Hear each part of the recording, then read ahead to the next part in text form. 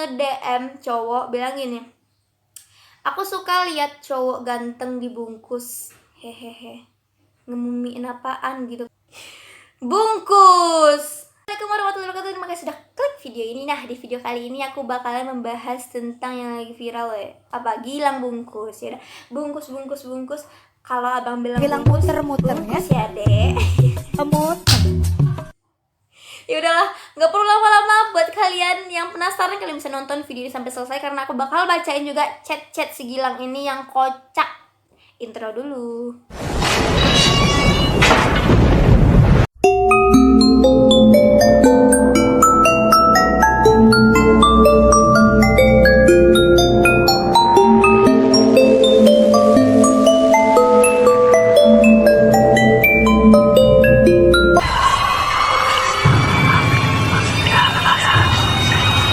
Gilang bungkus atau sebenarnya itu namanya itu adalah Gilang Aprilia Nugraha Pratama yang merupakan seorang mahasiswa dari Universitas Airlangga angkatan 2015 dengan jurusan Sastra Indonesia, yang mana dia itu berada di Fakultas Ilmu Bahasa. For you dari akun Twitter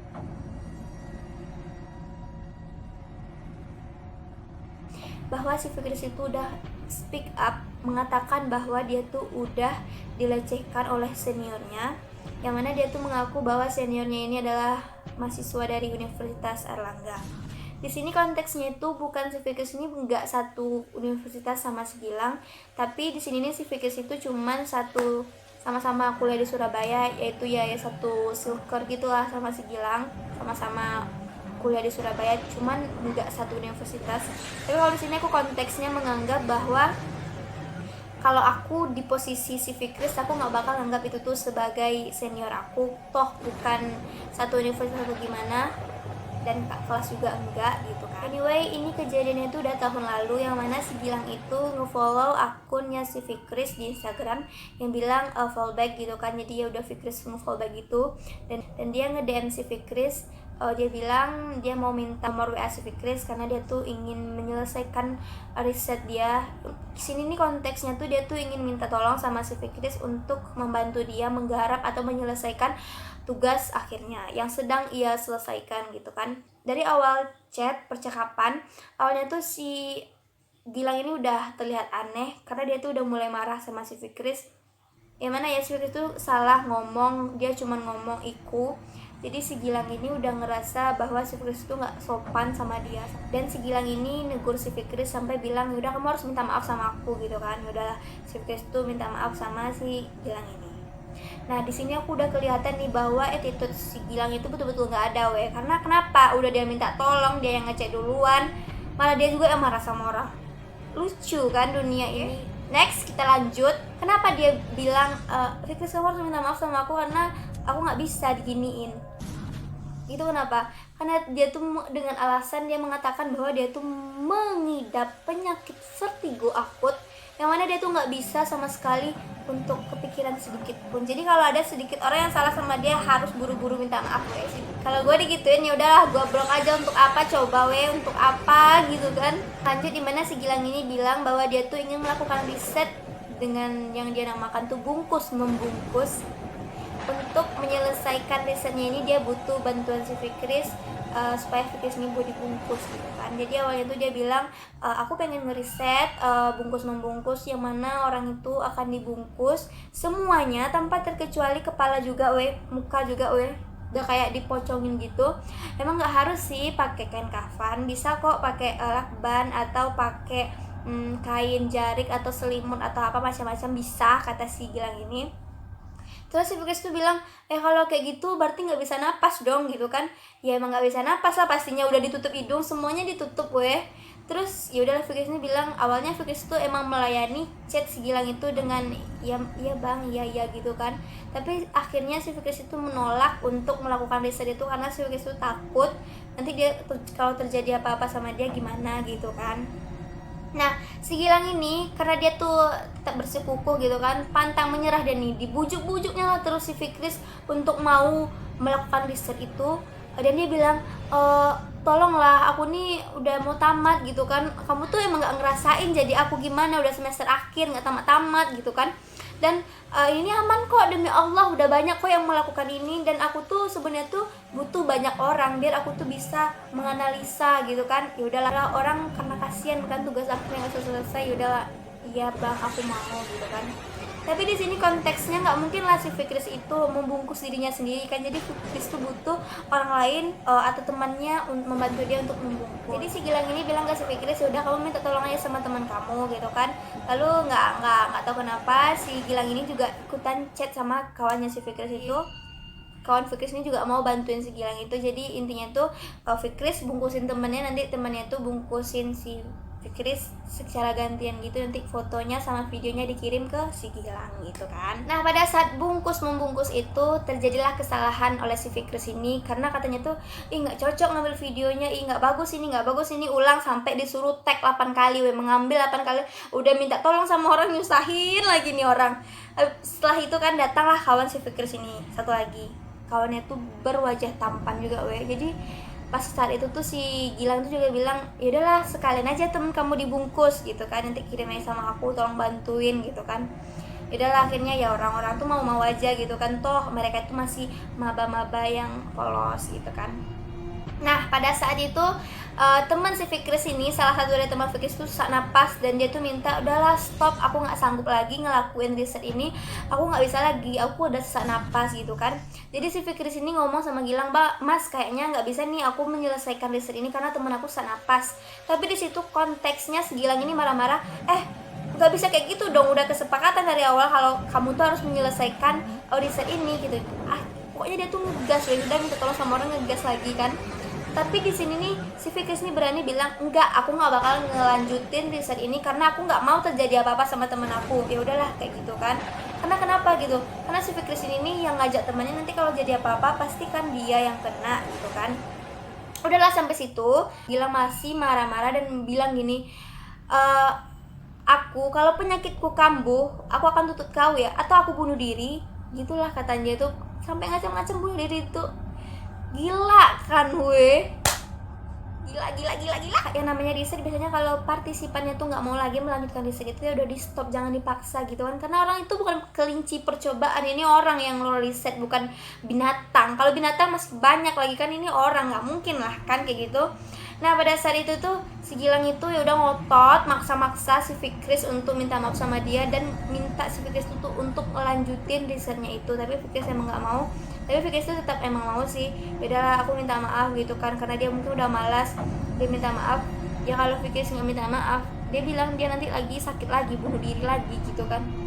Pada saat itu juga si Gilang itu juga bilang, kamu jangan kasih tahu riset ini sama siapapun, aku nggak mau siapapun tahu riset ini gitu kan. Ya udahlah Fikris, oke. Nah di malamnya lagi bertingkah lagi Gilang nih entah ini nih betulan keluarga dia yang bikin ini, entah emang dia yang bikin itu caper-caper gitu. Emang dia tuh bikin story, dia bilang gini, intinya tuh dia bilang gini, Gilang sekarang lagi drop parah, penyakitnya kambuh, dan untuk teman-teman semua tolong doakan dia, semoga dia tuh pokoknya kembali sehat lagi tuh, pokoknya dia lebih baik lagi lah gitu kan. Dan dia bilang juga di situ tuh, barang siapa yang berantem sama si Gilang tolong up status ini. Nah karena pada saat itu si Fikris tuh udah save nomor, udah tahu lah dia kan isi story itu. Jadi si Fikris tuh nge-up status itu udah bilang, Bu, Kak, dia nggak tahu nih ini siapa, entah kakaknya, entah neneknya, entah siapa. Saya nih yang berantem sama Gilang tadi siang gitu. Udahlah sampai di situ, yang balas chat ini entah mamanya, entah betul si Gilang, entah siapalah. Jadi berusaha untuk menyudutkan si Fikris, yang menyuruh si Fikris itu untuk minta maaf sama si Gilang dan melanjutkan riset itu, seolah maksa gitu kan. Tapi di situ Fikris tuh emang udah nggak mau lagi, dia bahas, dia jelasin secara panjang lebar, aku gini, kalian kalau mau kalian bisa baca sendiri. Ya aku rasa ya itu tuh sebenarnya tuh bukan keluarga si Gilang, tapi cuman si Gilang aja sok-sokan bilang kalau dia tuh keluarga caper gitu loh, biar si Fikris peka gitu ya. Ada ya orang kayak gitu. Biasanya kan perempuan yang bikin story untuk supaya doinya peka, ini oh my god. Ya udahlah, lanjut. Bungkus Pas udah dijelasin sama Fikri situ, ya udah stop sampai di situ, nggak ada yang balas lagi. Dan si Fikri itu curhat sama temen-temennya kan di grup maba dia, aku gini. Rupanya bukan Fikri saja yang jadi korban si Gilang ini, semua orang. Sampai di grup itu ada yang bilang bahwa biasanya itu ada kelainan gitu, yang mengatakan bahwa itu tuh bisa jadi fetish. Gilang ini terang-terangan juga bilang di sosial media dia, yaitu Instagram dia, bilang kalau dia tuh sebenarnya tuh bisexual, yang mana dia tuh akan tertarik kepada laki-laki dan perempuan sesuai dengan orientasi. Misalnya hari ini dia mau sama laki-laki, udah dia suka sama laki-laki, mau sama perempuan, dia suka sama perempuan, ya kayak gitulah kira-kira kan. Nah, aku akan membahas tentang fetish ini nih untuk apa aja ya, pelajaran gitu kan. Yang mana fetish itu adalah ketertarikan seseorang akan suatu hal yang non-genital dan non-seksual, yang mana biasanya orang normal biasanya memiliki hasrat untuk kelebih yang seksual. Tapi kalau yang si fetish ini biasanya tuh lebih ke yang benda-benda mati gitu kan. Di sini aku nggak bilang bahwa si Gilang itu betul-betul fetish, cuman tanda-tandanya tuh ada, karena si Gilang ini belum diperiksa. Masih banyak jangka-jangkanya lagi memperiksa bahwa emang betul, kalau emang betul-betul dia fetish. Nah, biasanya fetish itu tuh biasanya memiliki ketertarikan melihat jempol tangan atau jempol kaki, atau sesuatu, dia tertarik melihat orang-orang misalnya memakai pakaian tertentu, misalnya kain jarik atau kain kafan, kain apa macam-macam. Biasanya kalau orang yang fetish itu lebih menyukai ke benda-benda mati gitu kan. Biasanya yang fetish ini terjadi pada laki-laki, ada juga sih yang perempuan tapi jarang gitu kan. Atau biasanya tuh laki-laki tuh tertarik sama laki-laki, kayak si Gilang itu lebih tertarik ke ibu jempolnya laki-laki. Sebenarnya kelainan seperti ini, kelainan pada seksual gini, terjadi ketika orang-orang itu merasa tidak percaya diri dan depresi, makanya terjadi penyimpangan kayak gitu kan. Aku akan bahas chat aku akan lampirkan juga ke kalian biar kalian lihat. Sampai seketika si Gilang itu nge-DM cowok bilang gini, aku suka lihat cowok ganteng dibungkus, hehehe. Ngemumiin apaan gitu kan. Awalnya tuh si Gilang itu ngechat, dia tuh pengen ngemumiin ini cowok. Jadi dia bilang, aku suka lihat cowok ganteng dibungkus, hehehe. Ngemumiin apaan gitu. Ya ngebungkus, nggak harus kafan, pokoknya kain, lakban pun juga boleh gitu kan. Yang penting dibungkus, apa-apa dibungkus, kayak guling gitu kan. Nah, pada 8 bulan yang lalu dia tuh juga pernah ngomentar YouTube orang lagi ngapa-ngapain jenazah gitu. Dia bilang gini, nama lengkap yang jadi jenazah siapa, kata dia tuh.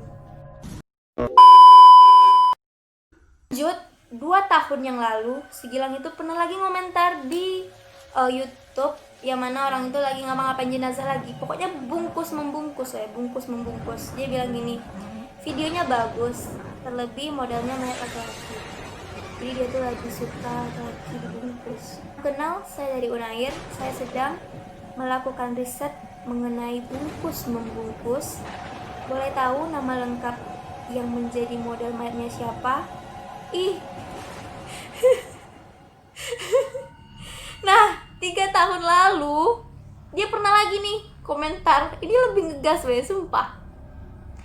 Videonya bagus, saya sudah like dan subscribe. Salam, saya dari Unair.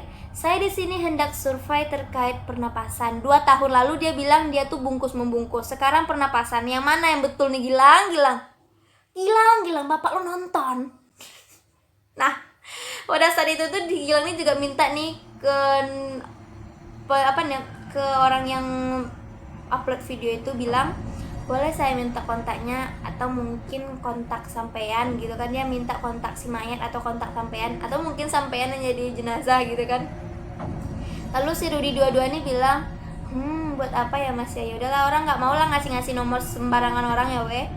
Gilang nih bilang gini, kan sudah dijelaskan di atas terkait survei pernapasan. Saya niatnya baik-baik, demi Allah, aja nama Allah lo Gilang. Masnya daripada buang-buang waktu, mending chat saya atau kasih aja nomornya ke saya.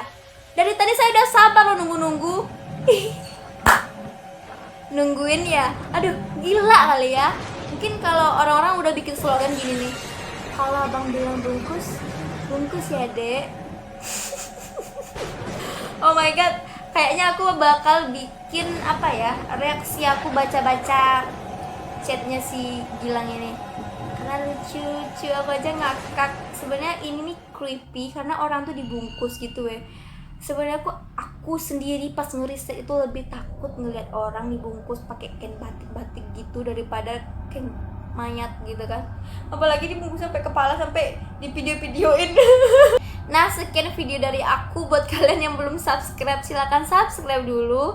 Dan semoga Gilang ini bisa ditindaklanjuti apa dia itu fetish atau gimana. Pasti kalau udah melakukan pelecehan pasti ada imbasnya kan, kalau memang iya gitu. Semoga kita semua dijauhkan dari orang-orang seperti itu.